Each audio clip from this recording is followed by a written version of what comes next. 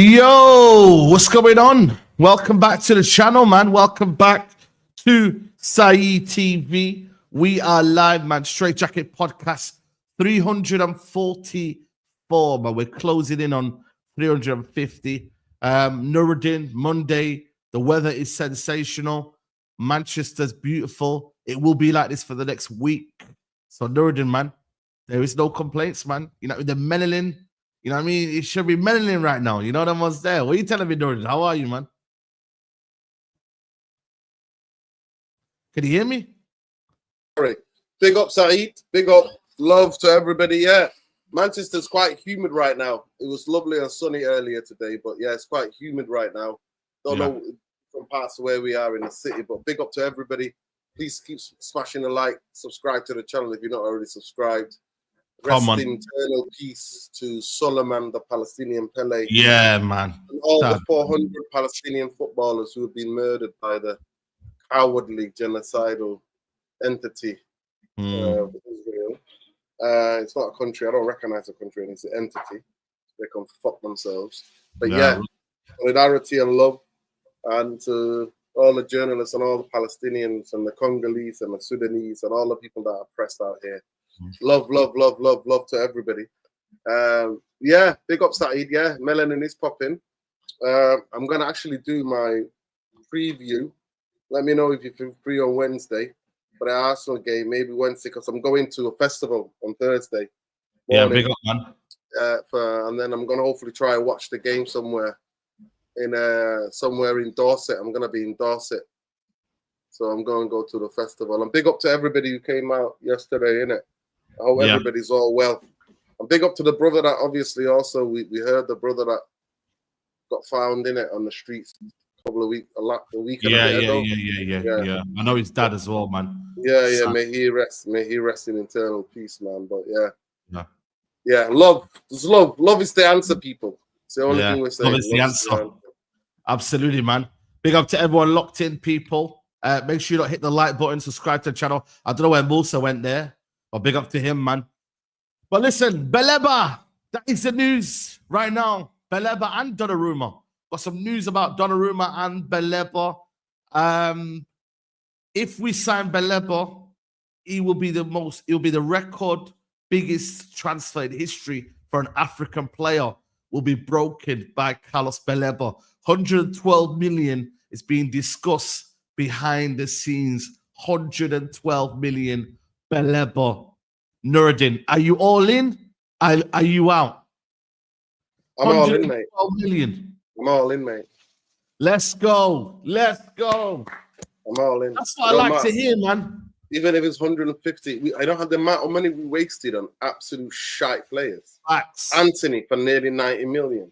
Harry Maguire for 80 million, and we're still lauding him. Now he's doing his PR pieces. Oh, yeah, no. Rio Ferdinand's with the club agent, United. You know what I mean? With Rio Ferdinand. I told you, so I remember how many years I told him Rio's working for United. I told him years ago. Now you see it, and now everything's out in the open now, innit? Yeah. But yeah, so for me, spending money on these people and them not being, this kid has got the potential to be one of the best midfielders in world football. Bro, I'm telling you, bro. If big up Killis, man, man, slap it on the credit card. Do what you need to do, man, because I ain't gonna lie to you, man. We need him, and I can see this being a summer where Man United miss out. If we don't get him now, Nuruddin, you think all these clubs, Liverpool, Man City, you think they wait around for United to come calling? This is the summer. This is the time now to go and get Baleba. There is no better time. There is no better feeling right now. We've done well this summer. We've got players that we like in the summer. Okay, there's question marks about Sesko and whether his development and whatnot. But, bro, this has been a very, very fairly good summer for Man United. Now, Baleba, we see in the midfield. Don't let the midfield become the bane and the suffering this season. I don't want to be talking about it. I don't want to be saying, oh, man, our midfield is boring, man. We know what the problem is. Sort it out. Sort out the problem. I'm all about fixing, not talking. You know what I'm saying? Yeah, I mean, Musa, make some phone calls, man. You don't know what's there. Shout out to Musa, man. Sheikh Musa. What's happening? Yeah, but we're just discussing Baleba, innit, man? You know what I mean? Like, even like I said, even more than you say. Saeed, I'm willing to go. Saeed, I'm willing to go up to 150 mil. Facts, man. Shit got to be done, man. You know what it is with United? It's like Manchester United for 80 million. Yeah. Like, bro, like, listen, I get it, yeah. You don't want to be coming looking like, oh, but, you know, it's a lot of money. But sometimes some things that are worth it, you've got to make sure you go and get, man. And I think with Baleba right now, and I'm not saying he comes into Man United, guys, and we're all of a sudden, we're back. United are unbelievable, and United are this, that, the other. I'm not saying that. What I'm saying is United need a midfielder that can help fix a few problems right now, because we are needing problems in that midfield. We have problems in that midfield. So come in, help us, and we can talk, man. And Brighton are a selling club. Like, they won't mind me saying this, guys, but Brighton are a selling club. They sell a lot of players. And, you know, like, bro, they love money, man. They love money. Whether you like it or not, Tony Bloom loves money. And he wouldn't mind a little bit more money. He even went to Chelsea. He said, oh, Chelsea's our best customer. He's taking a piss, man. He's moving like a shop right now. He's like, yo, listen, Chelsea, we love Chelsea, man. They're our best customer. Brother, he's a businessman. He knows what money's about, and he's ready to go and spend some money, man. So end of the day, United, get the checkbook out, spend the money, and, you know, because I'm not going to lie to you here, guys. I don't really see anyone else after this right now. You've told me you set the bar right now for Baleba. Anyone below that, I can't get excited, man. You know what I mean? I really can't get excited, man, for anyone, you know, below Baleba. Like, I just really can't. like Douglas Luiz and all these guys. Nah, bro, miss me with that, bro. Miss me with that, bro. So end of the day, let's or was it Brighton CEO? Even better then. Even better. If it's Brighton CEO, even better. You know what I mean? Yeah, Wharton. Wharton's another one that I don't mind as well. Wharton. You know what I mean? I think Wharton's excellent. You know my opinions of Wharton, but right now, if you look at what Man United need right now, it is Baleba. With the system, if Wharton was in a 4-3-3, I would have said Wharton.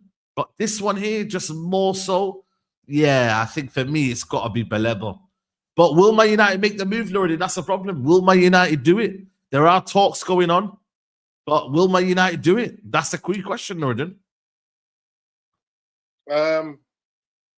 Yeah, I feel if Manchester United cannot, there are certain signings, there's certain football names that you can't play with. Baleba is one of them. Yes. And like S. Madison just said before, could this be PR from the club, knowing that all of the fan base all summer in the past 3 months have been talking about what position? Midfield. Well, some of the fan base have been obsessing about striker. We've all been talking about midfield. Majority of fans who know what's going on with this football club and pay attention have all been talking about midfield. And I hope and pray this is not PR to go, look, we've tried. We tried, yeah, I agree. Certain flipping footballers you don't do that with. There are certain footballers you don't play with the fan bases, because that type of footballers is generational. So big up S. Madison. And that's what I'm thinking of, because you know what? I'm not going to lie to you. We need him more than ever after what we saw. What was blatant to see after what we saw on Saturday. Facts. 100%, bro. It was blatant. Yeah, go on. It's blatant to see. So for me, it's one of those things. Manchester United have to sign him. You can't just say, oh, we're trying. No, you have to sign him. You have to get the deal done. Because I think he's that good. I rate him that good, and I could be wrong, and I'm happy to be wrong. But I'm sorry. Anthony was a big mistake. Maguire was a huge mistake. And most of us, people are like, oh, well, how do you know? I'm like, people like me knew about it. We were talking about it. We were skeptical about Anthony. Remember the fan base? Nobody was getting gassed about Anthony. No, people were skeptical, going, well, what is he going to do? That's the area division, whatever. This kid is at good grounding. He's played in France. He's got already 2 teammates in the team already. He's got Lenny Yoro there. He's similar, not just a bit older than Lenny Yoro. He's the generational talent. And I believe that he's the type of player that can have a transformational effect on a football team. Let me repeat that for the people at the back. He can have a transformational effect on the spine of a football team. Because he could be somebody who can get around the football pitch, win the ball back for us, but not even that. But when the game gets a bit sticky, he can get us out of pressure and relieve that. He's press resistant. His ability to take the ball under pressure and actually drive with it. The last midfielder that could do what he's doing, obviously Robson was one of the greatest, legend of Manchester United. Paul Ince was another guy. Roy Keane was another guy. He's competitive as them. Yes. Has he still got to learn? Is he raw around the edges? Yes, he is. He's raw around the edges. But you are paying for potential. And I think if you are paying, 10 million a season for 6 years, so be it. Because we're still paying for donkeys that have done jack for this football club. Yeah, I agree. I think for me it's a no-brainer, man. Musa, can you hear us, Musa, by the way? Yeah, I can hear you. But one thing before Musa goes, they can't play with the fancy motions. You either have to get this done now. You can't use it as a PR thing. Ineos can't, because at the end of the day, people, Sesko or no Sesko, we've only signed in Belmo and Cunha. To me, Diego Leon is a project. He's a youngster. Don't even hit me with that, right? So that's not a signing for me. Manchester United have only signed 3 recognized players. Can they go and get the 4th and the 5th, which can transform the spine of this team? That's the question. I like that words. Nobody's using the buzzwords, man. Transform. You know what I mean? Nobody's giddy, man. Nobody's giddy. No, I'm not. Sorry, but genuinely, you're giddy, man. No, listen, I like the kid's play. I rate the kid, but he actually can knit together. Because you don't have a player like him in our squad. Midfield. Remember that game? You were there, I think, the Brighton game where he went through our midfield like it was nothing. Yeah. I agree, man. I remember when he came to Old Trafford and he's just bossing the game, bro. Like, he's just a terrific footballer, man. And you know what it is, bro? It's because what I'm seeing now in the transfer market, what's yours, Musa? It's not yours, bro. Like, you don't own anything, bro. It's about going in first, man, making the move first. Bro, this is like the Boxing Day sales, man. You know what I mean? Ain't nobody got time for you to be coming at 7:30 and that. People are there queuing up at 5 a.m., bro. So what are you going to do about him, man? What are you going to do? If United get him, that's what I know Ineos are not playing around now. That's a very, very good window. And if you look at the last two windows, that shows their intent now to get back and be competing now. Because, you know what I mean? Before that, you're buying potential. It's not looking good. Now, you've gone one ahead now. The first summer was decent. Now you've gone to a good summer, a very good summer in Baleba, Cunha, and Bumo, Sesko, and potentially, obviously, the goalkeeper as well. You've added to it, man. You've raised the levels now. That's what you've got to do year in, year out. You've got to do that. Yeah, I think it's difficult, to be honest with you. Obviously, I think 100 million gets you Baleba. United know that.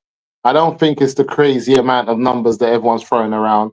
I think 100 million for, because he's not even where Caicedo was after, I think, two seasons at Brighton. I don't think he's even there. Not far off, though. No, but I don't think he's there. And I know that obviously they got the money they got for him. And also Caicedo, remember, he started talking about, this is my dream. Brighton need to let me go. I've done everything I can do here. He had a bit more pulling power in terms of wanting to go because he had 2 seasons there where he had put in a shift. I think Baleba's done well. I think there's a lot of Balebas in French football, and it's sad that United don't actually go in and try to get these type of players in before they go and do what they do, and then we have to pay 100 million for. I feel like there's other names that we've named throughout the transfer window early on who can do a similar role in the middle of the park. Kamara's one of them at Monaco in terms of what he done in the championships, and I remember Mina spoke a lot about him before I actually got to see him. And again, I think Brighton go and get a player like that in to replace Baleba, and then again one of the top teams will be fishing around. Even like the player we spoke about, Saeed, the one that you was after, that's at Benfica. He's going for 90 million next season. Yeah, next season. Yeah, Richard Rios. Rios. Everybody saw him. You spoke about him. You bigged him up. You let everyone get their eyes on him. And now he's over there in Benfica, pulling up trees, doing his thing. So I feel like I'm down for Baleba. But what makes me sad is that United are still in that phase where, we're one player away from, someone getting injured to us then having to pull back in I don't know, Ugarte and all of that type of thing. And I just feel like as much as I want Baleba and I think we have to get him, I'm still kind of underwhelmed that United haven't surprised us with the next one. That we haven't, it's not our job, Saeed Noureddin. It's not our job to flip and be out there scouting these guys. There's people in the departments who are getting paid big money to be doing this. And I feel like the reason the fan base are going to demand Baleba now, because you haven't gone and bought in 2 kids for the price of 30 million each. And then we've looked into them and said, okay, cool, United. Because if United went and got in 2 midfielders, Saeed, from the French league, and they spent 35 on one, I don't know, 30 on the other, we wouldn't be screaming out for Baleba now. Because we would have said, right, they went and done something. Let's see what these. We don't have our scouting isn't as good as Brighton's. I'll be honest with you. It's sad though. This is what I'm saying. I'm just saying that it's so sad. That's sad. That's Ineos' job. No, but this is Manchester United. This is Manchester United. Yeah, I know. It's so sad that and this is why I said the other day, when I look at what Chelsea's done in the window, I look at what Arsenal's done in the window. I'm looking at City and what City's done in the window, and what and the type of player City's prepared to let go, and then going for another player.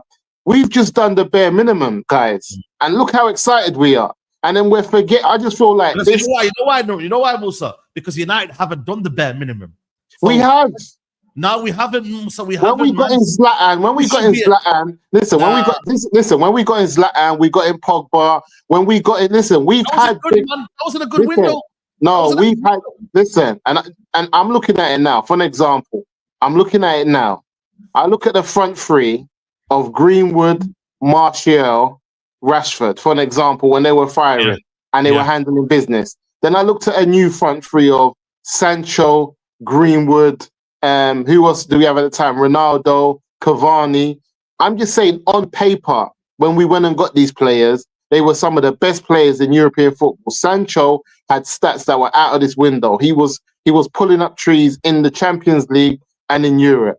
He's come to Manchester United, and because we haven't gelled the player with the right type of coach and played them in the right type of system. I hear that. Yeah, the team, the fabric of the type of player we've brought in has crumbled away. Right now, Saeed, we're about to embark on the same mission with Amarin. No, it's not the same. Everyone, listen. No, but this summer we've gone for the Prem proven route.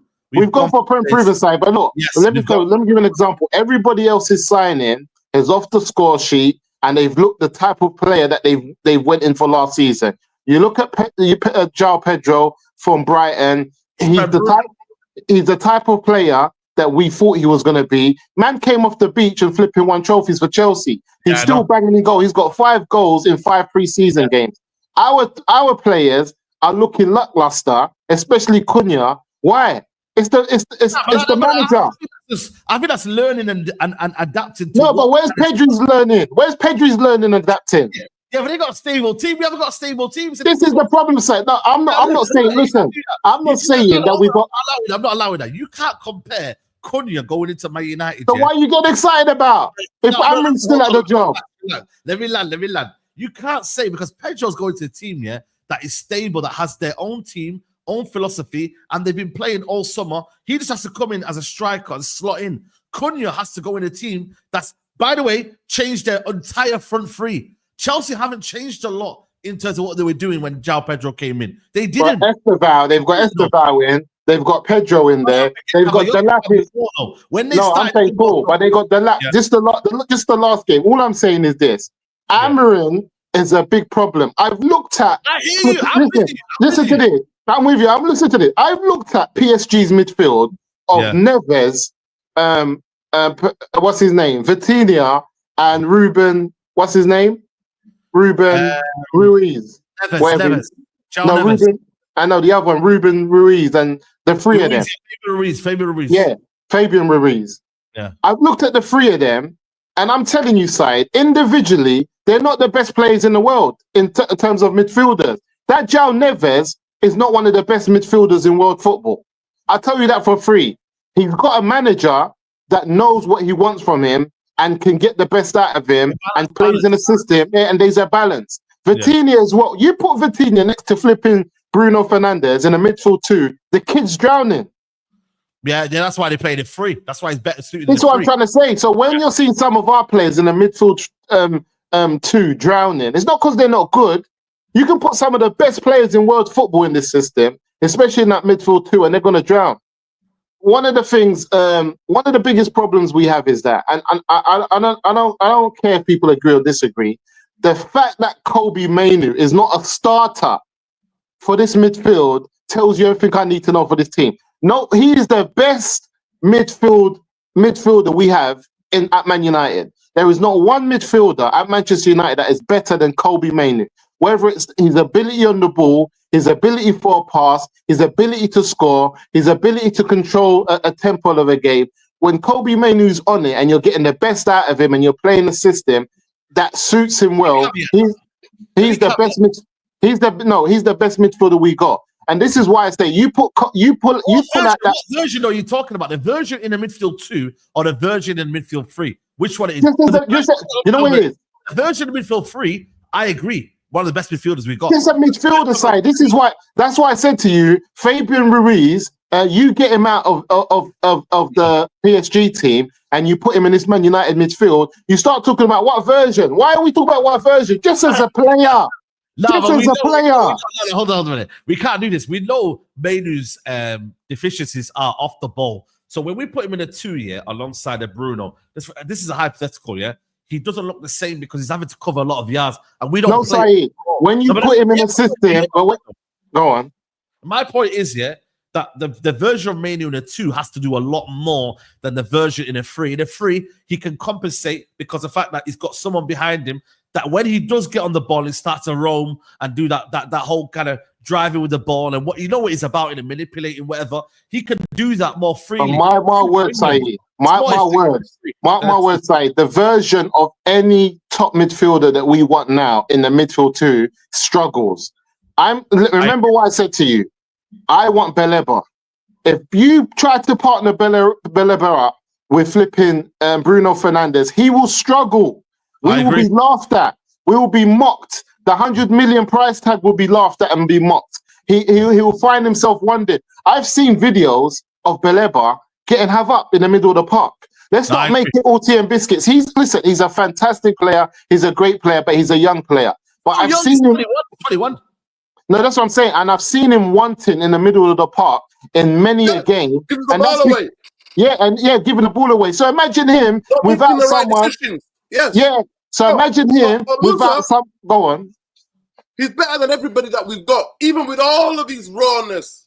Yeah. No, I agree, Noradine, but I'm just saying, imagine him now without a midfielder actually trying to help him and protect him when things go wrong. That's why Kobe will be perfect, because Kobe will protect him and help him. I get it. But what I'm saying is, this Bruno Fernandes getting in players to save Bruno Fernandes, you need to forget him, and you need to forget the midfield 2 of vacating the midfield. That's the problem I have. I want Baleba, but I can see him easily coming in, Bruno making him look like he's flipping half the player that we've just bought, people mocking his price tag, and him even actually getting pulled off at half time for flipping Ugarte.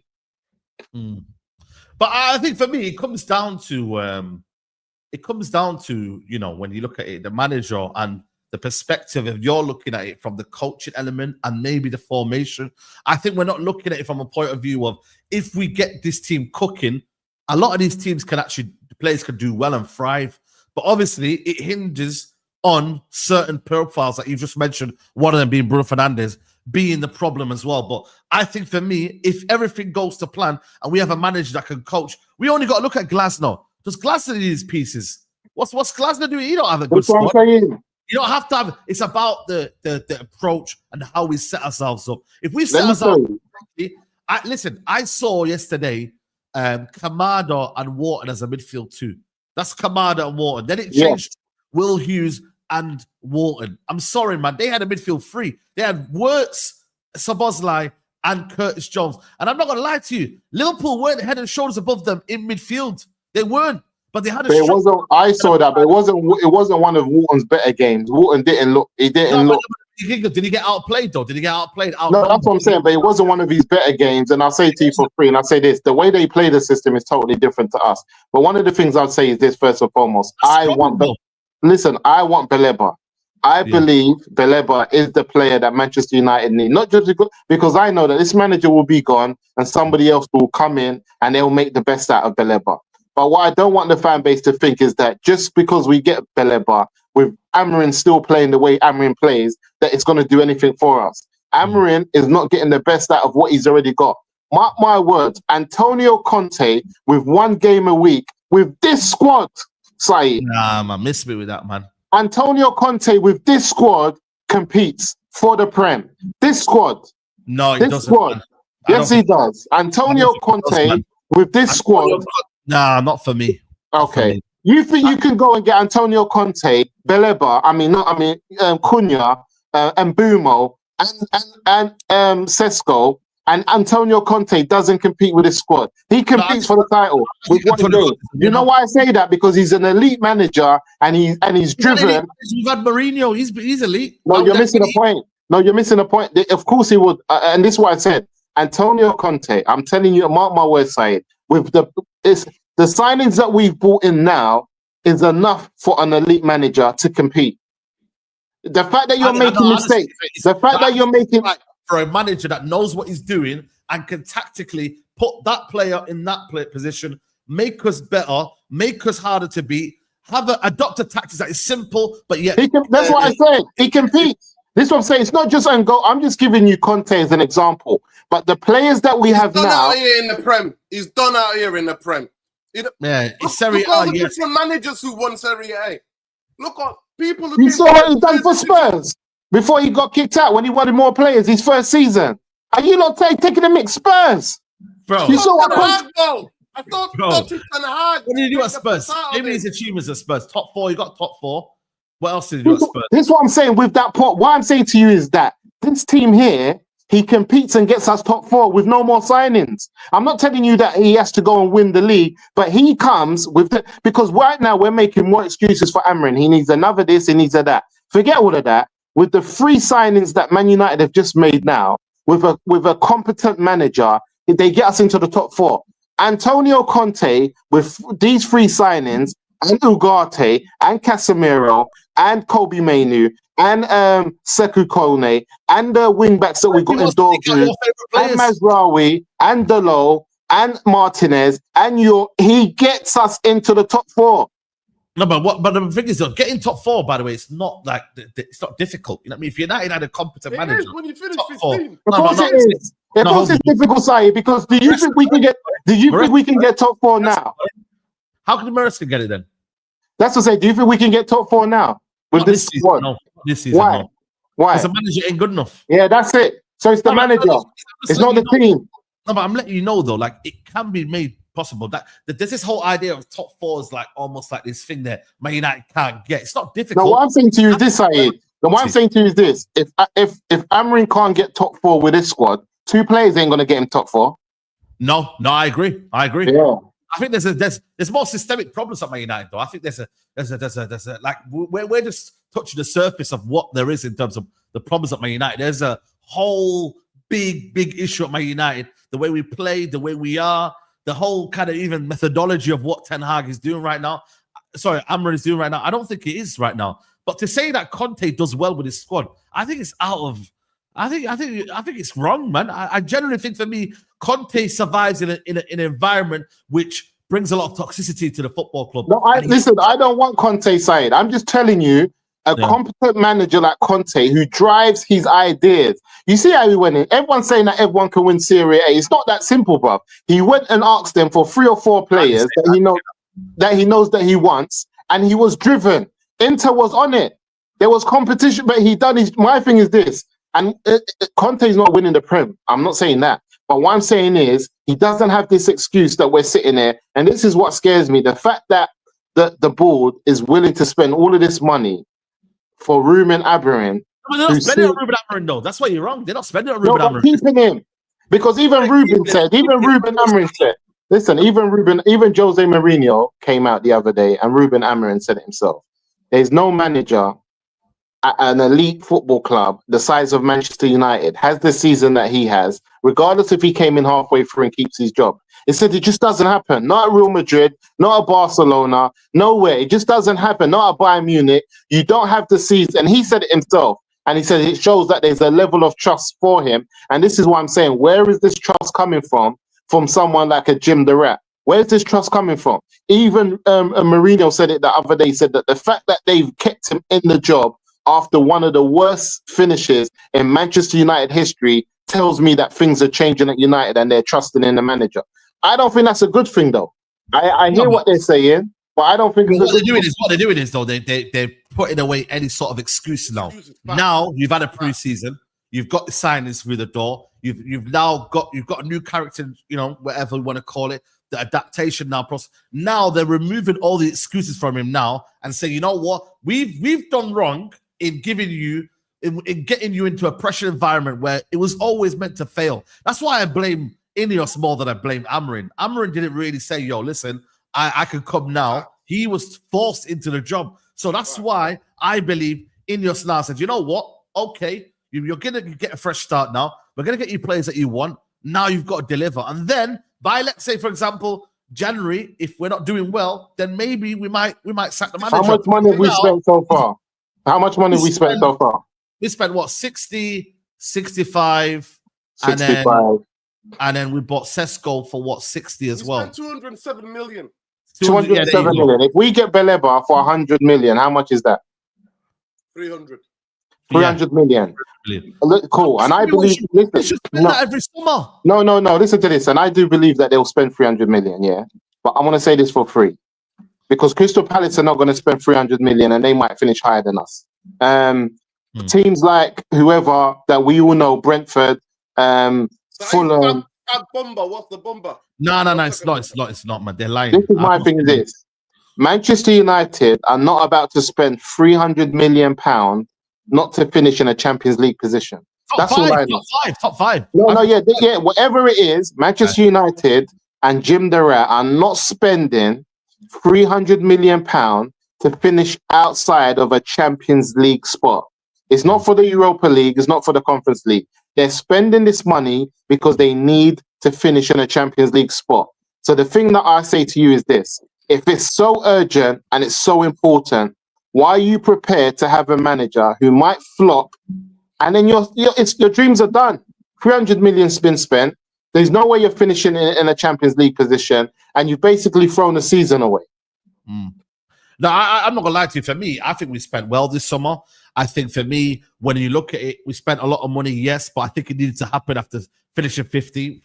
And I think for me, I look at the teams that have regressed now in terms of losing players, the Bournemouths, the Villas. I think we can don't mention them, Saeed, because we're not spending like them. They're not spending like us. Mention the teams that we're spending like.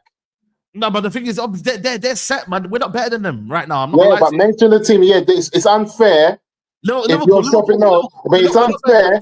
No, but I'm saying it's unfair to be shopping in Selfridges and you start talking about, I'm living better than my man who shops in Lidl. Of course you're living better than him.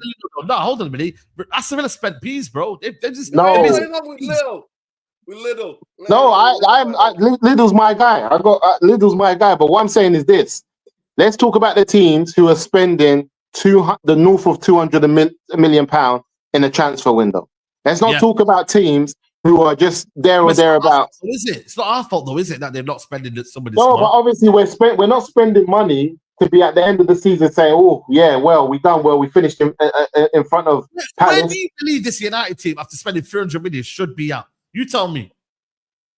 I believe if Man United spend 300 million, we should be in the top 4 this season. Ahead of who, though? Ahead of who? I don't care ahead of who. No, that's not my job. Hold on a minute. You can't say that. Listen to this. Ahead of who? I'm telling you, ahead of who? Listen, ahead of everyone. Listen, when you've got Chelsea fans saying that they should win the league, who do you think they're thinking they should be ahead of? Everyone to win the league. I'm just saying, we should be ahead of whoever we need to be ahead of. It's not my. No, but the thing is, though, someone's dropping out. No. Answer the question, because I like this. No, but okay, are we finishing above Arsenal? Yes or no? Listen, that's not my business, Saeed. Saeed, when Arsenal fans say they're going to win the league, or Chelsea fans think they're going to win the league, or Man City fans think they're going to win the league, they don't know who's going to be second, third, and fourth. They just know they're first. I don't know who's going to be first, second, and third. I just know come end of that season, Man United are fourth in the league, or at least third. We're top 4. Where everybody else falls is not my business. You know what's a better question? Give me. You know what's a better question, Nordin? What's your top 4? My top 4 this season, is Man United, Man United. I don't know. I care about anyone else. You know what it is? My thing is this, guys. My thing is this. Okay, cool. You can't do this, man. Okay, cool. Okay, who do I think is going to win the league season? Chelsea or Man City? So they're first or second. I think Chelsea or City is going to win the league. So they're first or second. I think who comes third? Liverpool, United, Arsenal's at the top 4. Wow. Liverpool third is crazy, by the way. Arsenal, no, because you see this Liverpool team that you're hyping after they just spent big money. It's not. Listen, last season it was what it was. Pep had a off period. It was what it was. We got 1 game a week. That's all I heard. All I know is Arsenal. They deserve out of top 4 this season. Man, don't let them hype you. No, I'm not saying. I just don't agree with that notion. They're way ahead of us. They're way ahead of us. I think to me, listen to this, Nordin. Lots of teams have been way ahead of us, Listen, lots of teams. Crashed the conversation, man. No, but think about it, Nordy. Lots of teams, when Klopp finished outside of the top 4, or when he finished 4th after winning the league or whatever, there's always teams better than you, but things happen. I'm just saying, all I'm saying is, when things are happening and they're unfolding throughout the season, we need to be capitalizing. Facts. I agree. Yeah, we need to. I agree with that. By the way, he's not being delusional in that sense. Let me just say this. I think we need to calm down as a fan base. I genuinely think, I said 7 players need to go into that first starting line. Yeah. And I said all of them had to be bought before the preseason. I said that for them to have a preseason, because that's what a lot of the people who were protecting Amorim were like, he didn't have a preseason, right? That's what their argument was. He didn't have a preseason. He's not got players that can fit into his system. I said 7. I'll take 5 in the the spine. 2 number 10s, quality, Premier League proven.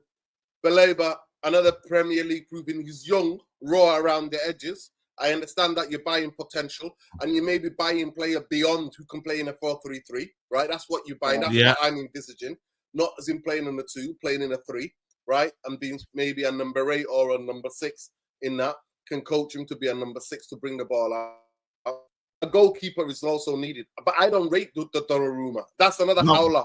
Bro, Jordan, man, you're crazy, man. We got to get Donnarumma, man. We got to get Donnarumma. Honestly, I don't rate him. Not this season. We don't have to get him this season. Because we do, man. We do, guys. You guys have not seen his howlers. You think Onana makes howlers? He's had howlers. I agree with you. He's had big howlers. Last year, they be a better keeper than Donnarumma last year in Europe. No, in the Champions League, he performed well. Saeed, guess what? That's the biggest competition, in the Champions League. Saeed, so did Onana in the Champions League. Yeah, so did Onana. The thing is with Onana, though, they played a low block, right? They played a low block. They were more defensive, Onana, the Inter Milan. With PSG, they're not defensive. No, you got to remember that. PSG play out. They express themselves. So he was needed more. They were leaving more holes. Hakimi and them were bombing forward. I agree with you, but he was needed more than an Onana. But you saw the game. They were pressing the life out of teams as well. Yeah, they were. And you saw, and to pick up Nordi. It wasn't Neymar, Messi, and Mbappe leaving just 7 guys to defend. The whole team, what I'm saying is they press from the front. The whole team. I agree. If you look at the games, he was stopping them. Yeah, He's the Liverpool knockout game is the one games. that comes to mind at Anfield. Unbelievable performance. But I'm saying to you, I'm not buying a goalkeeper. For me, it's got to be a track record. And I'm not gonna lie to you, Saeed. Before last season, you were not saying Donnarumma, and I just don't want to buy him. And mainly, we can say that about so many players, though. Saeed, but sorry, where do we finish? Where do we finish in the league? Where do we finish? 15th. No, this season. Where do you think we finish? 5th. Let me just finish my point. And you think we need a goalkeeper to finish 5th? Yes. When flipping Arsenal are having title charges with Ramsdale. But then they got when you got Liverpool, you got Chelsea winning 2 trophies and finishing 4th with Sanchez. That's what I'm saying. What I'm saying is this, like what Norris is saying, set the team up first. Look at Donnarumma as well, by the way. Chelsea no, but what I'm saying is this, Saeed, I agree with you. We need another keeper, but set the team up first. We've seen all the top teams set the team up first, then they go and get the icing on the cake, which is the keeper, and then they go and do something. Set the team up. I said that about a striker. The icing on the cake is a striker. But let me just finish my point, Saeed. The point I'll say to you as well. The reason why he wants 300 grand a week, Saeed. He's 26. How do you know that? We don't know that yet. We don't know that yet. Yes, because Saeed, we're reading between the lines what's going on at Paris. Everything that's put on the media. He wants more money. He wants more money. Saeed wants the big wages, and he didn't sign it. And PSG went, well, we don't give a damn. We'll get a guy to compete with you if you're not signing your contract. So apparently he's chasing about 3. You know that? Can I just explain to you about Donnarumma? You know that it's been looked after. This is from the same agency of Mina Raiola, and now the woman is in charge now. You know, the woman used to do that. She was part of that agency that Mina Raiola owned. Saeed, one thing about their clients, they're on big wages. They get big wages for their clients. So apparently the news is this, from Paris, that he wants at least 300 grand a week, like 300 euros a week. That's what he wants, right? So I can see Chelsea paying some of those wages. I don't see Manchester United paying those wages. Well, we find it difficult to get players out.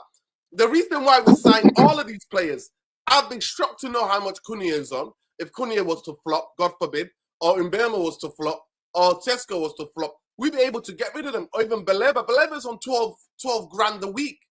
Do you know what I'm saying to you? So the wages will not be proper. But for me, I swear to God, one thing I have learned, and the PTSD is there, and I knew it even before, and I told everybody and their nan, Donnarumma, he's the big game player.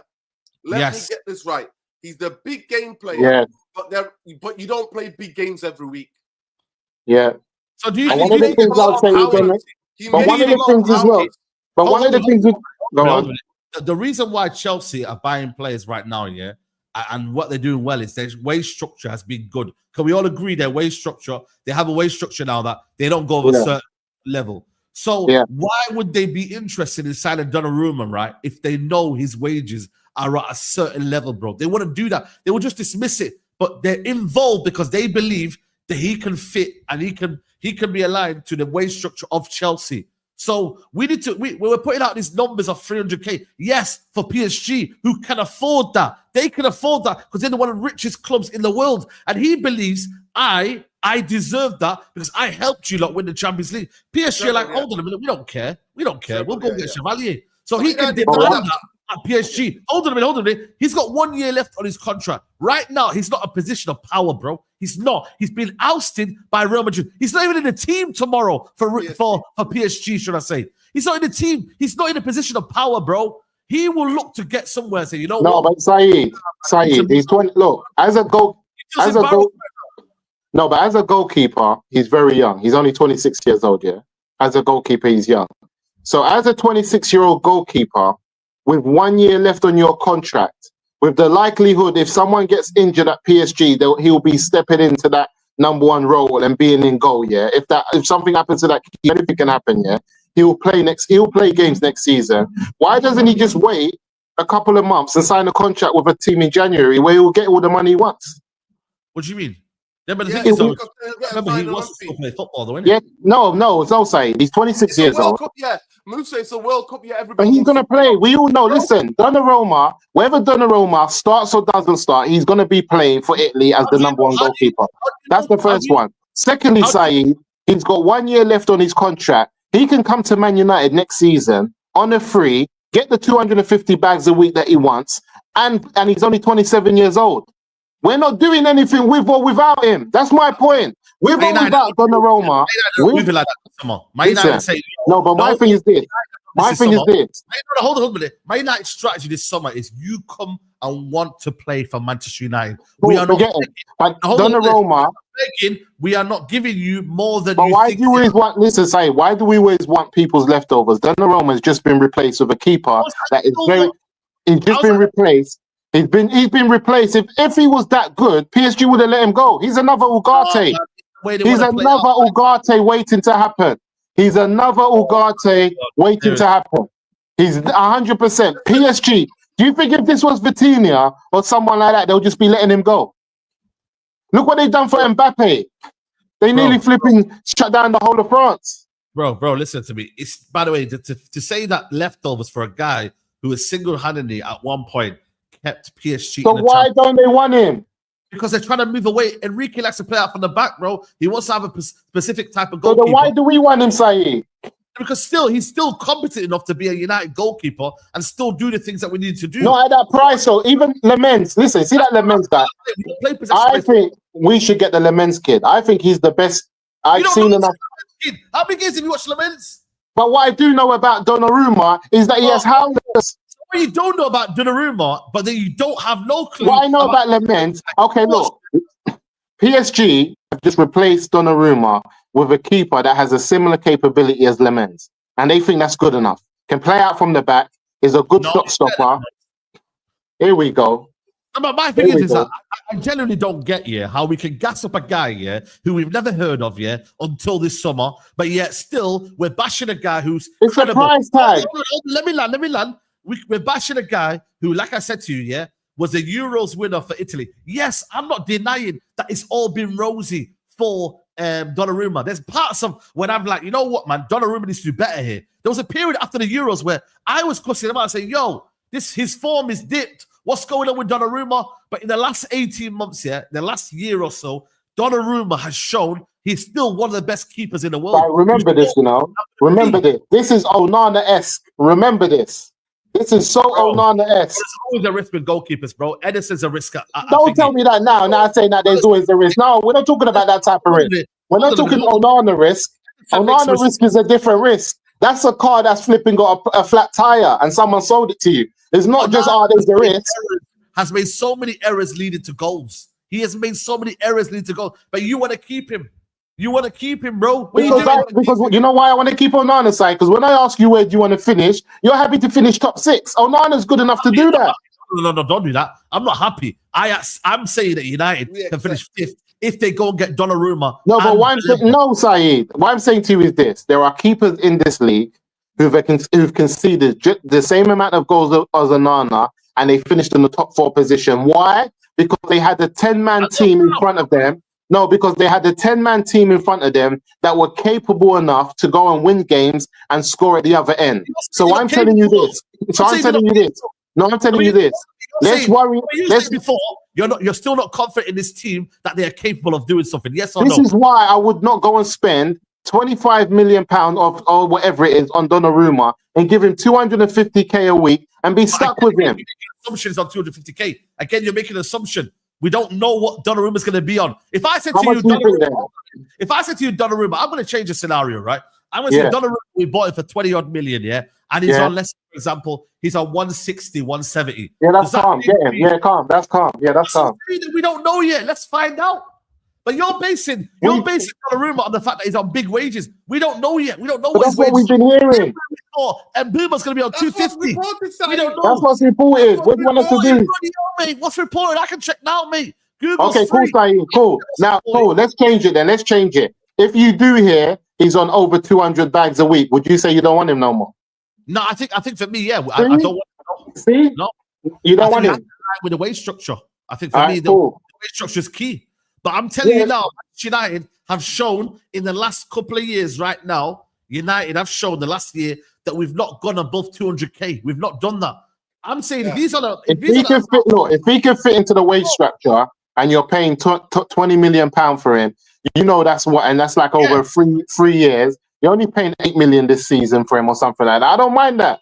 I'm not worried about that. We're going around houses. I rate somebody like Lunin. He's just a very capable hands. He can play under big pressure, playing for a big team like Real Madrid. And you know what? He's a goalkeeper you hardly even notice because he doesn't make too many mistakes. He makes decent saves and that you don't notice him. Donnarumma is a guy that genuinely, when he first came out, I watched a lot of Italian football and I still watch Italian football. I thought he did well at AC Milan. He was growing. But I genuinely do think he's a big game player and he looks good, but most people will only remember in the big games.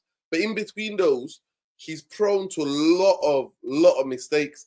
And I'm just sick of having goalkeeper that is prone to mistakes. So I've just had like Onana. That's my PTSD. I could be wrong. But somebody like Lunin, that guy, stepped into a high pressure situation at Real Madrid. And Real Madrid is high pressure every game when you're in there. He just did stayed out of the headlines, did what he did.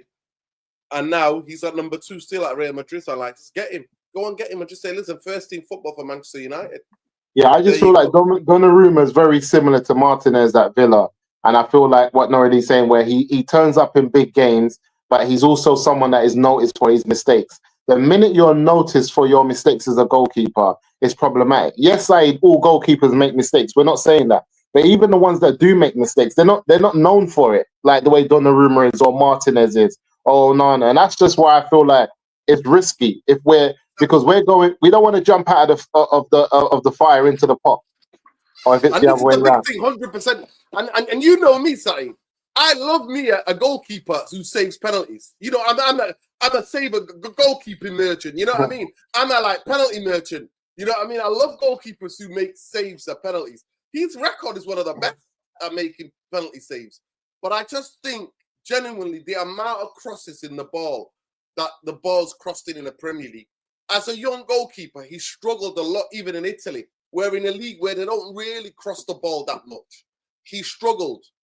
He really struggled at times. There was a lot of pressure on him to be the next Buffon. That's why. Yeah. That to be fair, and I take that into consideration.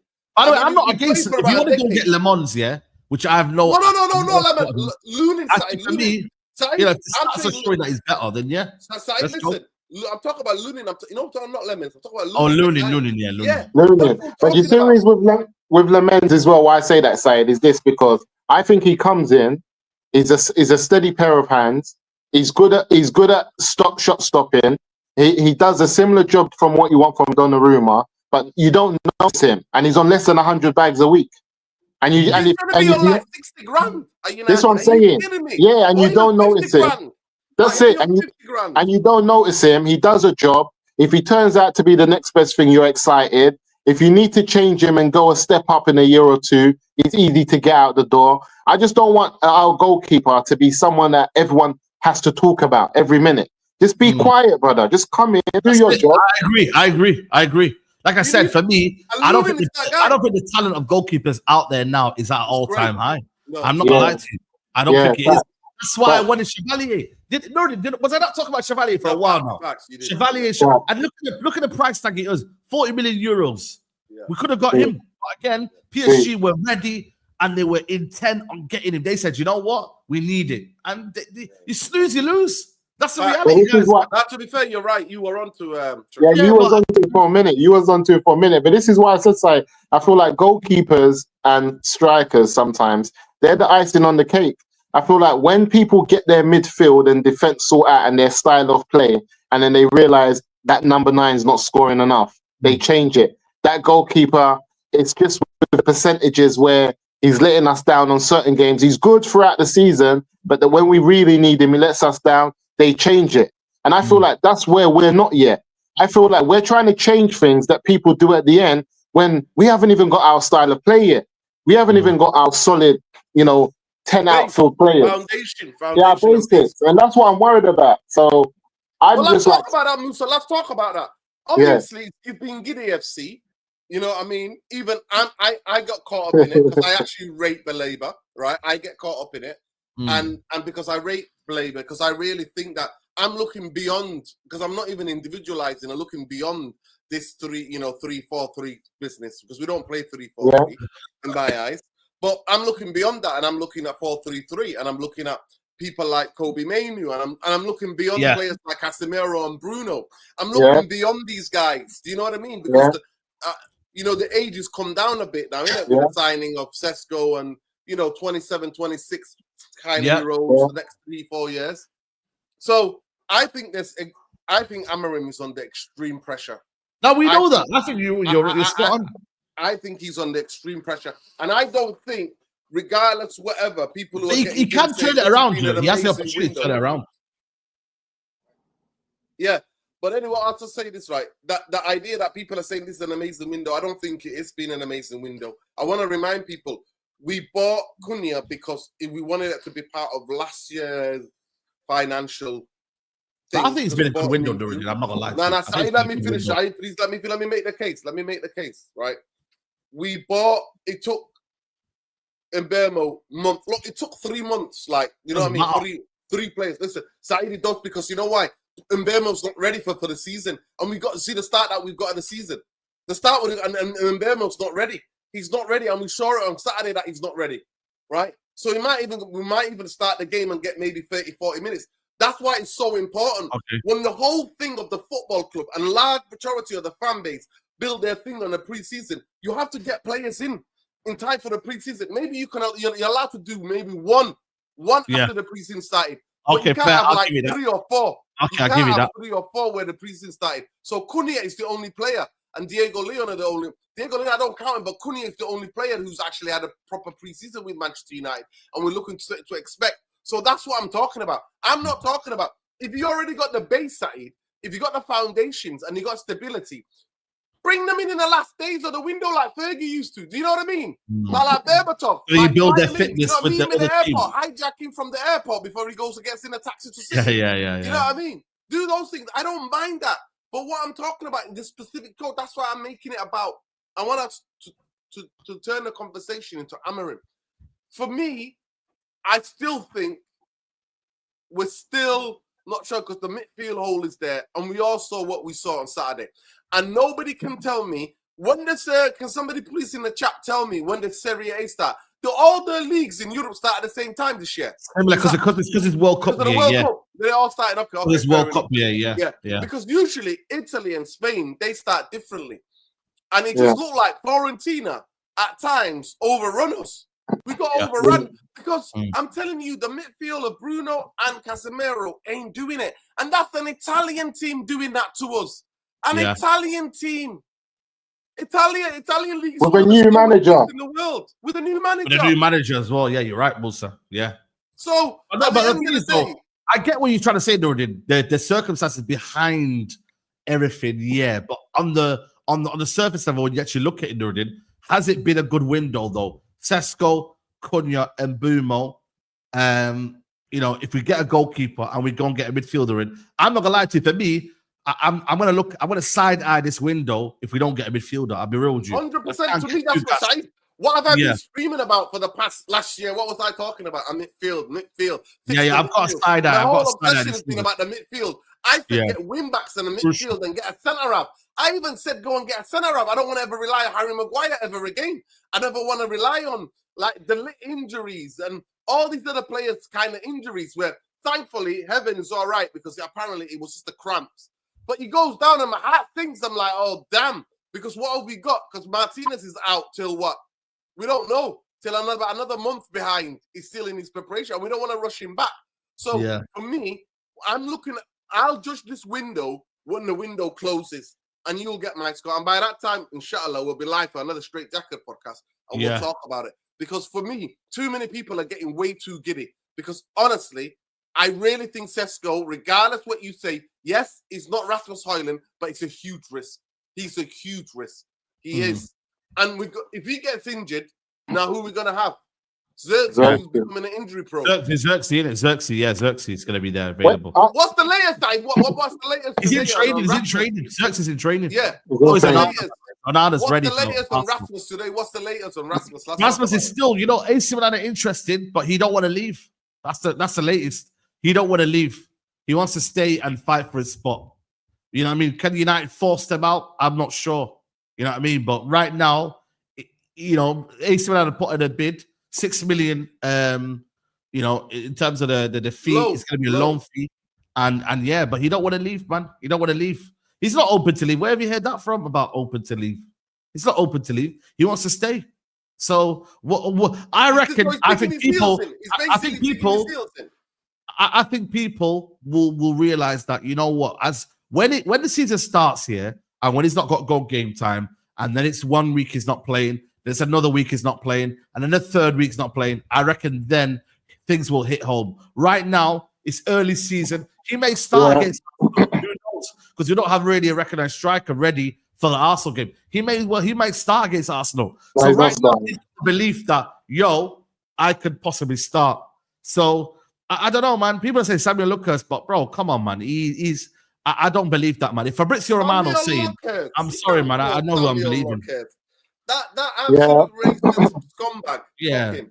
So I don't. I think for me, once he realizes he isn't getting any game time, I reckon it'll be a late move. I reckon it'll be a late move. I don't think. I'm not even. It's like I want him gone, but whether he stays or goes, the money's been spent now, so it's irrelevant. The biggest issue, like you guys said, is that do we get a midfielder in? Because I think that there's a few things that happen, and you guys have been hearing me say this, and I'm making a video on this on my channel to see to see if it could be a possibility. And I'm making that link between Wilcox, Lavia, and Garnacho. This is that link, because I keep on saying it, guys, because I feel like if you look at the ability, and I was watching your stream earlier, Saeed, with the Chelsea fan, and he was talking about the Santos in the middle of the park. Yeah, Santos. Santos. Really good player. I watched him the other day. And I was thinking, with every person that he mentioned about the middle of the park, Lavia was not mentioned. And I feel like due to that's the problem, man. Yeah, and that's only since he come to Chelsea, because the full seasons that he had at Southampton, he was extraordinary, and everybody was after it. And I'm worried. I'm not worried because it's not. I think it's a good thing for us, but I'm seeing more and more Chelsea fans happy to move on in a different direction from him, where before they looked at him as a pivotal part of that three, allowing the rest to play. So I'm looking at the fact that he was at. Yeah, the fact that he was at Man City and Wilcox, and I think Wilcox was also at Southampton. Yeah. So he knows him very well. So the question I'm asking, we knowing that Garnacho's going to Chelsea and they're doing the deal, if we can't get Baleba for any other reason, I think there's a ready-made Premier League proven youngster who's also 21 years old with an ability to play the game just as good or even better than Baleba, sitting there for us to do a deal. Because I don't think that it should be Baleba or nothing. I think we need to be working on other options.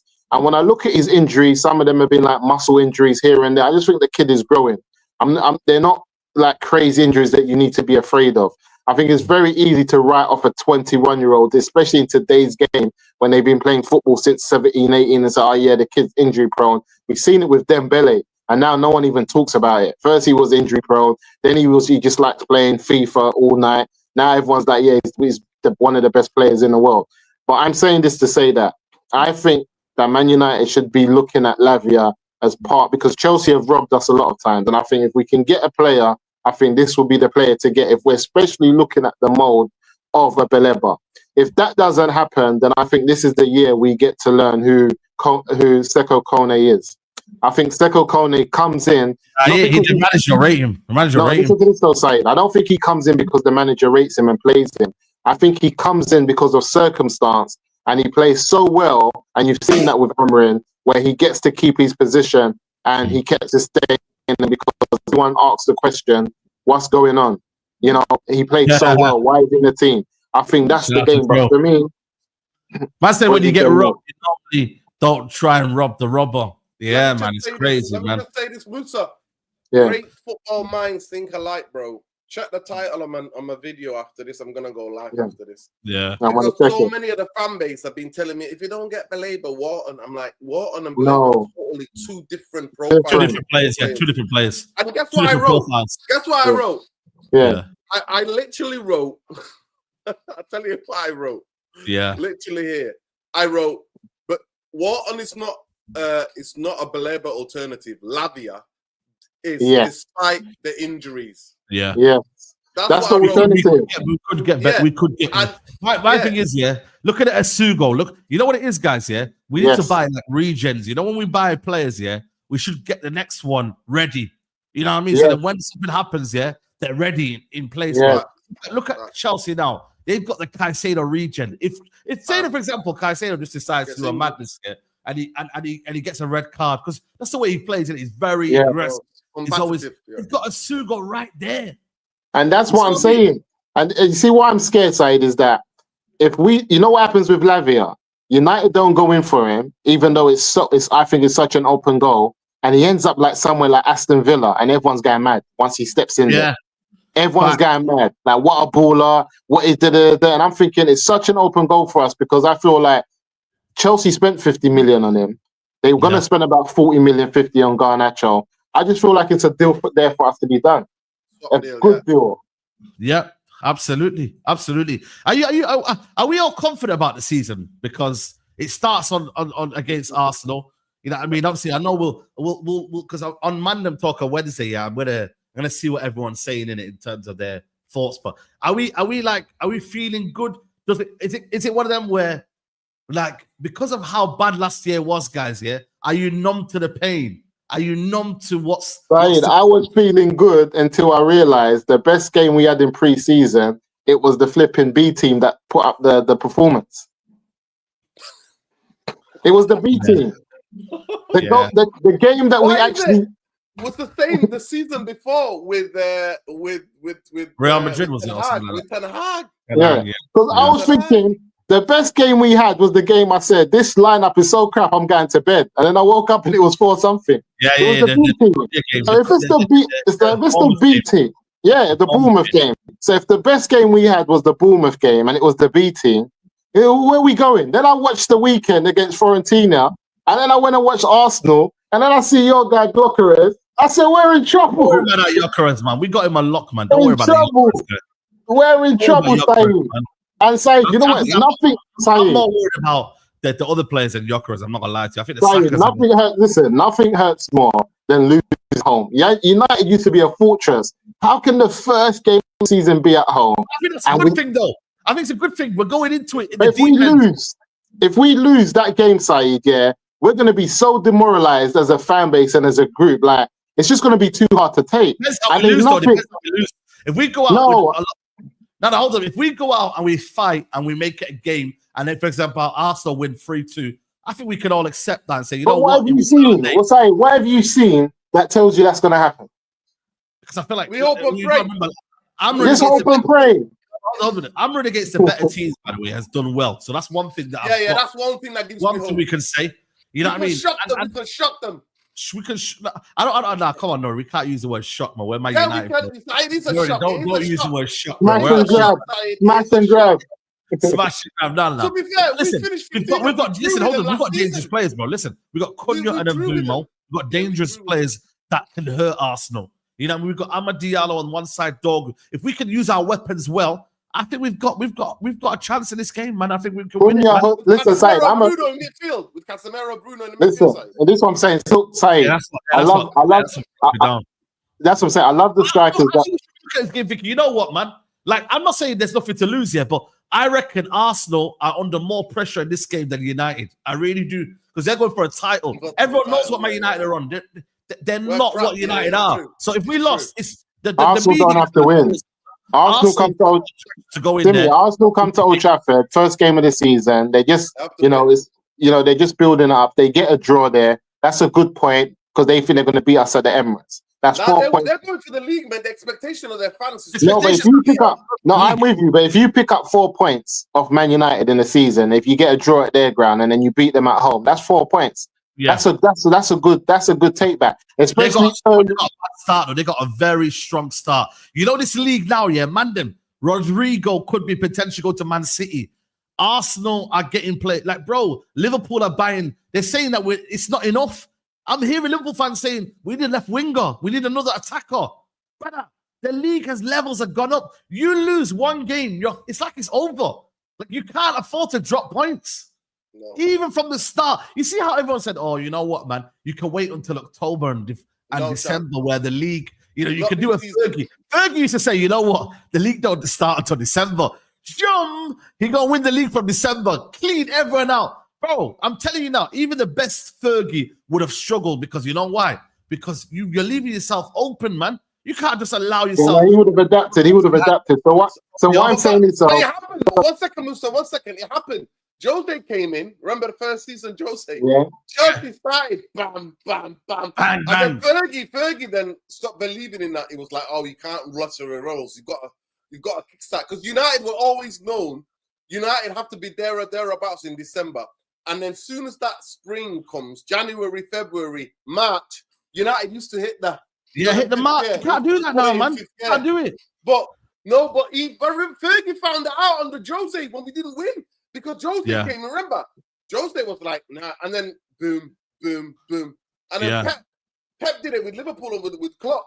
They were like, "Oh, you can't lose one game, mate. You can't draw one lose game. It, man. It's difficult, man." So, for me, all I'm saying is that even if I'd be happier with more Kobe Ugarte starting than Bruno. On the weekend, when Kobe came on the weekend, that's why I said that it's madness that Kobe don't.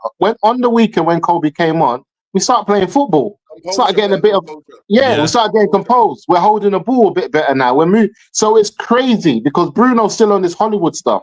So, seeing what I saw on the weekend doesn't do any favors in where I think we'll finish. Because the sad thing is this: Man United want top 5. This is what we're saying. But the reality is, we could lose top 5 by October. Yeah. By October, we could be like, you know what? I think for me, bro, you see, this is why I'm like, it's a bit scary, For Man United to get top 5 as well, though, the level of consistency you need to get here. You need to win. I remember Newcastle won a period of 6 games in a row. You have to win 5-6 games in a row to get top 5. You know that, man? You need to. You can't be doing 1 game loss, then another game win, or 2 games win, then 1 loss, 2 losses. Newcastle started the season slow last season, but you're right. They went on that run. What they did was they beat Ipswich, I believe, and then they went on a mad one. I remember they drew to Crystal Palace last minute, and then he just went jump. They went on a 5-6. Even when you look at David Moyes, where Everton were, and he went on a 4 or 5 game unbeaten run. That's why he got to finish where he did, like 13th, 14th in the league. Where did that come from? Yeah. This is why I think, this is why it's a bit scary, man. Like, even though I believe United have got better players, therefore we'll get more wins, but it is still a bit scary that to even get top 5 or top 6, you need to be at least getting a minimum of 5-6 games in a row. You need to go on a run, man. You need to go on a run. And if you don't go on a run, it's you know what I mean? It's good night Vienna, man. Like, really and truly, guys. If you know United can't go on a run, this is what I'm saying. Arsenal game. If United can win Arsenal, I'm not gonna lie to you. I think we could be unbeaten in our first 3 games. I really do. I think we could go to Fulham, beat them. We go to Burnley at home, beat them. If United win the first game. If United don't, then khalas. I don't know what happens after that. But if United win that first game, the confidence should give us beating Arsenal, who are meant to be the champions that year, then going to Fulham, who we naturally beat every year, by the way, who have not really added to their squad. Go there, you beat them, then you beat Fulham, Burnley at home. That's 3 out of 3. Who's to say that United can't go and then go to away to Man City away with the tails up the legs, and you never know what happens like that. You know what I'm saying? Like, it's a different sort. You know the win. You know what it is, guys. The knowing that your team has won 3 games in a row or back-to-back games, bro. This team don't know that, bro. No, did you have to say? They don't know that. We still haven't. You set that challenge for them last season. We still haven't won 2-game challenge. People might say I'm crazy, but people are telling me if we get 2 more players, we're going to be top 4. Like, I don't get it. We can't even win 2 games in a row. But let me just say this, right? One second. Before you go, because after that, United, I think they play Manchester City, is it, or something like that? I think after that, Man United, Burnley. Then when we come back, we play Man City away from home, Manchester derby, and then we play Chelsea at home, and then we play Brentford away. So that the first 3 will determine what happens in the next 3. That's why it's so crucial for Man United to go into the first 3. Having, when you create like a buffer, already, you create a little bit of a, Arsenal, Fulham away, Burnley at home. Yeah. If United can get through that first 3, the next 3 will be a kind of almost like what happens, a knock-on effect. If the knock-on effect is bad, City, Chelsea, Brentford could be silly. You know what I mean? You don't know what's going on. But if you win the first 3, you're like, you know what, man? Man City away. Okay, let's go on then. Then you got Chelsea at home. You're right. You know what, man? Bring it on. You know what I mean? Your mentality, your mental state is a bit more clear. But you can only do that, though, if you set a big precedent.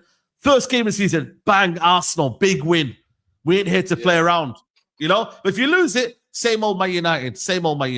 Then Fulham are licking their lips, thinking, you know what, let's go and beat them. Yeah, the confidence. So the confidence. It's sad, man. Even though our record at Fulham is really good, we get ripped and we always somehow beat them or get a draw. Yeah. It's always the way those seasons. They always have chances, and we always. I get it's all hypothetical. We don't know yet, innit? We don't know how Sesco's going to arrive. We don't know how. It's very interesting, but I guarantee you now. I'm telling you now. By the way, we got that Paul Cooper guy. He's a muppet of a referee. Listen, I'm tired of looking at referees. They're all bad. They're all bad. And then we got. I don't even bother looking at referees now. Guess who's on VAR? Paul Taney guy's on VAR. Oh my God, what a disgrace he is. But we know what's going on with these referees, man. We know. And by the way, Onana's got to be careful this year, bro.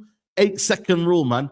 Yo, Musa, you watching, 8-second rule. If this guy holds onto the ball, and he loves doing this, by the way, holds onto the ball for 8 seconds. What are the new rules this season? So there's a new ball.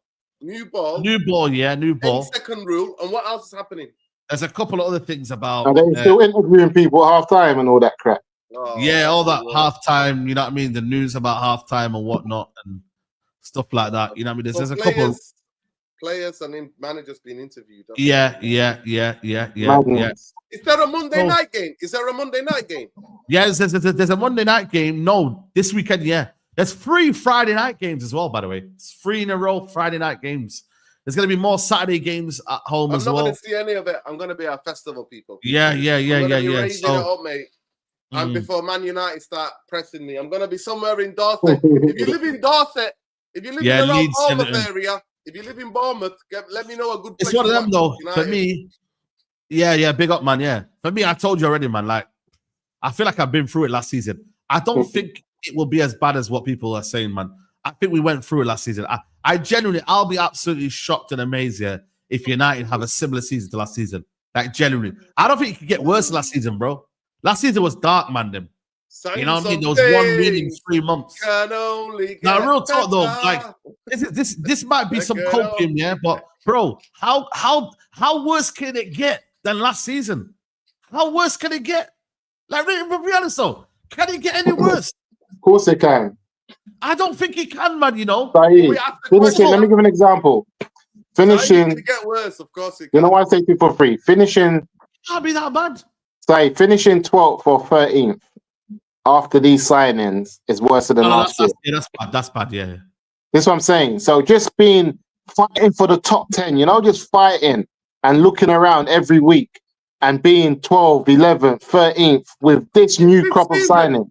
Listen, Musa, if this season is a disaster like last season, then all of us owe an apology to Garnacho, to Rasmus, who else? To Bruno Fernandes, to all the people who got us to 15th. We owe them all an apology. Okay, you know what we should do? We should do, yeah.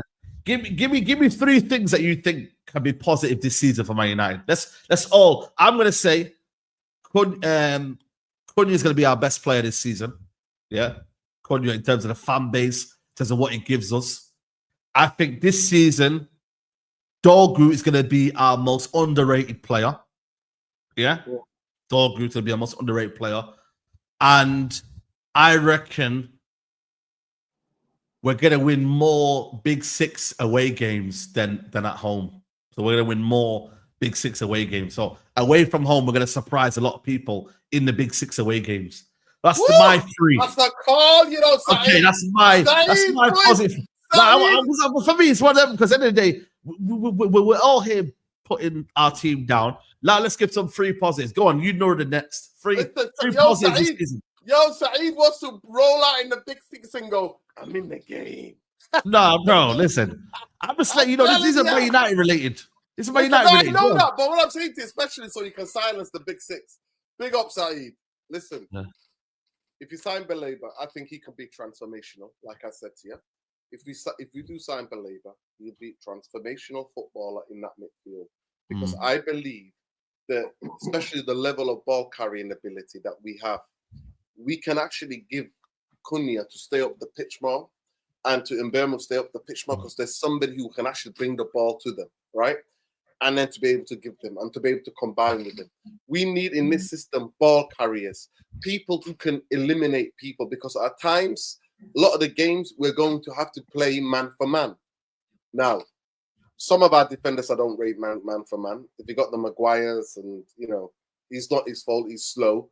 The levels of you know, even Leacher, he's not. If you got open wide spaces, it can be. So I'm hoping and praying that our PTSD is going to go away with Sesko, making room for the 2 players that we've signed who are proven.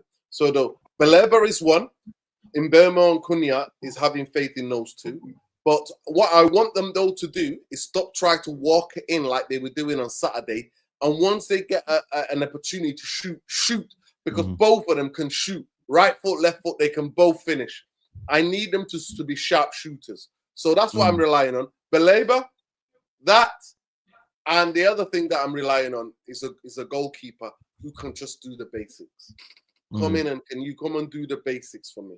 Can you just make the saves when we need you to make the saves? Can you just not be prone to errors? Can you distribute when it needs to be distributed? That's what they're the 3 things I'm hoping and praying for.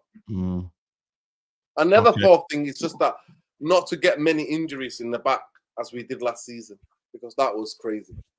Yeah. Musa, man, come on, we need it. I think our strikers this season are gonna surprise a lot of people. So I think Sesko is gonna have a good, solid first season, and a lot of people who don't know his game are gonna be like, okay, I get it. I understand what the hype was. I get what the kid's about, and I don't think he's gonna score crazy goals, but I think his ability in the game and to change games and to score important goals in big games is going to let people know, okay, I get what they were talking about and his ability on the ball. I think Zertsky is going to have a second season after, because he got better as the season went. The more he understood the league, the pace of the league, his ability came out. So I think our two number 9s are going to have strong seasons. I think Zertsky is going to have is going to become like a fan favorite. Everyone's just going to be on him. I think, and this is the positives I hope that happen. I think for Man United to have a chance of finishing in the top 5, we have to make Old Trafford a fortress again, because we get 18 games at Old Trafford. If you win the majority of those games, you have an opportunity to actually do something in terms of finishing high in the league. And that's the problem. We don't win enough games at Old Trafford anymore. And I'm hoping that our foundation is going to be building from winning more games at home. And I hope that we go like long periods of times where we're undefeated at home and people are afraid of the type of United that turns up when you come to Old Trafford. That's the number 2. And then I think number 3, I think standout young player of the year. I think this is we always get a young player that breaks through. And I think this is the season that we get to learn about Seko Kone. I think we're going to get an injury in midfield. I think we're going to learn to live without a Bruno. Bruno's had a few years, but I think this season Bruno might I don't know. I feel like Bruno might just end up sitting on a bench. Something happens, and then we're going to get a breakthrough season where everyone's going to be like, yeah, this is what we were talking about. This is what we needed. And that's whether Baleba comes or doesn't come. I think we get a breakthrough with Seko Kone. We have more wins at Old Trafford, and our strikers do well. And then I think that we should be there. For me, if there's like 3 games left of the league or 4, and if United can win 2 or 3 of them and another team loses, we get top 4. We're in the race. That's what I need to. We just need to be in the race. It can't be looking like the way the top 4 went. Like 20 points behind. Looking like this season, there was about 6 teams that could finish 4th, and it went to the last day, or 4 teams. They were all there trying to get that 4th position. It was Villa. It was who else was up there at the time? Nottingham Forest, Newcastle. Who else? Chelsea. There was like 4 teams all able to get into that position, and I think we want to be up. If it happens again, we want to be in it. We want to be in it. That if United win their last game of the season, they get top 5. And if we can do that, we've had a good season, guys. There you go. Manifesting, guys. Man, listen. Hopefully, it's a good season. Hopefully, we can be successful, and hopefully, we can do well. But because, like I said, man, it's dark times, man. You know what I mean? I'm not even lying to you, man. Sometimes last season I didn't want to talk about United, like on the streets, man. I wasn't proud. Sometimes I'd be like, yo, who do you support? Yo, support. You know what I mean? Man, I didn't even want to tell people who I support and that. You know what I'm saying? So. Like, then I said, yo, is that Saeed TV? He said, nah. I said, another person, man. It's not me, bro. You know what I mean? So avoid conversations, man.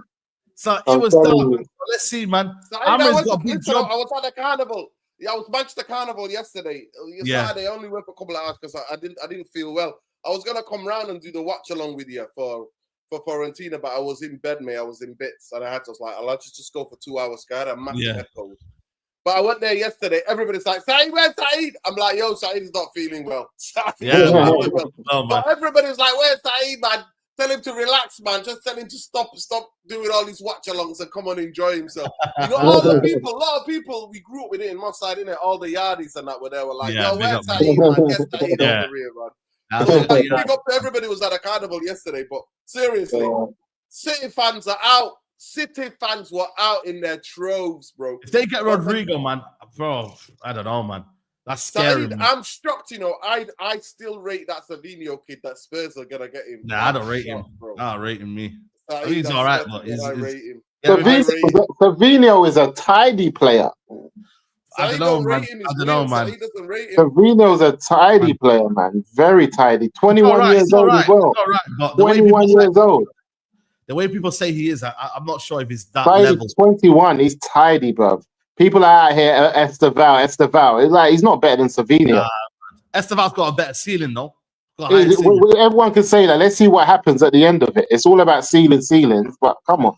Esteval will have a better season than that guy there. I'm telling you. No way. No, Savinho Esteval will have a better season than Savinho. Mark Is my that what word. you think? Okay. Yes, you'll see. You'll see. Esteval, bro, trust me. Yes, Esteval can actually get some goals, man. This guy can barely put a shot in, man. This Savinho, man. It doesn't assist. It doesn't assist. This is unbelievable, Saeed. It's unbelievable. It reminds me of the guy that was at Leeds that's gone to Barca. What's his name again? Rafinha. Yeah, Rafinha. He's like a Rafinha. Nah, man. You'll know about Esteval, man. You'll see him. But listen, there's so many talent, man. How much is City selling him for? About 60. Savinho. They Tottenham bid 50 million, but I think they want more. They want like 60. They want 60, and they only paid 30 for him. How old is he? He's only a kid, isn't he? 21. Young, man. Why can't we? Nah, I'm man. surprised. They're gonna sell it to us, man. We should have got Cherky, man. That was a guy we should have got, man. We missed out on Cherky. It will be that Savinho kid will do well for us at right wing back. 100%. Left that guy 10, yeah. would be setting the striker up. We need somebody like him who set. To be fair, Mbeumo does all right as well. But yeah, people, it's gonna be very techie to see what happens. What we do with Manchester United, people. Yeah, it's gonna be very, very techie, man, to see what happens. But yeah, I'm not gonna watch out for my video tomorrow. I'm gonna do a whole prediction league tomorrow of like from Wednesday, man. I'm looking forward to Wednesday, man. I'll jump on 100%. I'll jump on. No. Let me get super chats before. I'm gonna redirect to you. Don't worry, no. I'm gonna redirect to you. This time, Saeed. This time, get Baleba. Next summer, get Wharton. PSG's treatment of Donnarumma is poor. Interesting quote, say Laura Whitwell. United have extended their revolving credit facility. Something around 300 million is what they already had available to them. Joseph says there should be no excuses about Amrin. He has to nab top four or look elsewhere. Really, Conte, Allegri's dusted, man. Nah, Musa Simbin, time him out. Big up to Saeed says, stop this Amrin out agenda. If you dislike his system, doesn't mean you shut him down. We all saw in the preseason what he wants to do. Arsenal took 2 years to start challenging. If it's not snap fingers. Yeah, but then Arteta didn't finish 15th, did he? Though that's what I'm saying. Like he did finish 8th, which is bad. But come on, bro, like it weren't as bad as this, man. At least with Arteta, yeah, we could see his principles, man. He won the FA Cup. You could see the football he was playing. You could see with Arteta, man. You could hang your hat on something. Yeah. Musa legend, props to Idios Amrin out waiting. Musa, to be fair, you spent whole summer gassing Baleba. Now you're using the news to run club agenda. That's the price for generational midfielders nowadays. Troy says, have enough players to win Premier League and this manager, get this manager out. Wow. Great window, Amrin out waiting for new manager. This Troy guy, anytime Ten Hag, Amrin, he's always here, man. He's just always manager out. Noor, big up Noor. Bring your mic closer. Yeah, I think the mic, it wasn't next to you. Sorry. Arsenal have not got a great record at OT. Absolutely. Yeah, they're true. TH14 says they haven't lost to any Big Six team in 2 years and couldn't beat them playing Marino, Waneri, and Trossard up front. Need to be realistic. Okay. We'll see, man. We'll see. Listen, you know that kid they've got, though. I'm not going to lie to you. That kid looks like a generational talent. That Max, whatever his name is. Woo. That kid. Yeah, everyone's hyping him, but everyone's hyping him. But Jack Grealish, Jack Wilshere was one of the best players I ever saw come out of that Arsenal academy. Right? I remember that game that he terrorized Barcelona. When he terrorized Barca and Iniesta, it was Stallman. Listen, Saeed, when are you doing the European Super Cup watch? Wednesday. If you want to come. Yeah, I'll come. We could do that, and then we could do your show after if you want. Yeah, cool. Yeah. Listen, but on Wednesday, the man them, you gotta let them all know. We all have to make the prediction side. I will. But also season predictions, and then we'll check it at the end. Very interesting. I'm gonna let them know. Yeah. That'll be good. That'll be good. I'm looking forward to man them. I'm looking forward to Wednesday, man. Hopefully we get Baleba, man, by then. Who knows, man? You know what I'm saying? Baleba, are you a believer? You know what I'm saying? I'm a believer. I am a believer, bro. Yeah, there you go. People, make sure you hit the like button. We've only got 870 likes, man, and there's been 1.7K in the building, man. What's going on, man? Are you not believers? Are you not like, what are you doing, man? Like, you man are saying, like, come on, man. Like the video, fam. Come on, man. Like the video. Subscribe to the channel if you are new. We're going to be redirected to Nuruddin right now. He's going live right now. Give me 2 minutes. Just give me 2 minutes. Give me 2 minutes. No. Yeah. I'm gonna raid Nuruddin. Musa, big up to you as always. You know what I'm saying? Big up to you. Always, man. Got a couple of videos dropping. I'm working. Yeah, there you man. go. Musa reacts. Musa, man. People Musa reacts. So make sure you subscribe to his channel, people, man. He's been uploading. You know what I mean? There's the pin link right now. I don't know if you see the pin link. It's got Musa's channel there and Nuruddin. But people, make sure you subscribe to Musa, man. He's out here producing content. You know them ones there. So make sure you subscribe to his channel, people, man. And yeah, man, I'll be back tomorrow morning. Transfer Daily. I will be there tomorrow. Gonna be big news. I'm nervous, you know. I'm nervous, you know. I'm nervous about this Baleba, man. The United have to get him. Let's see, man. Let's see, man. People, we are out. Head over to Now to United Therapy. Peace.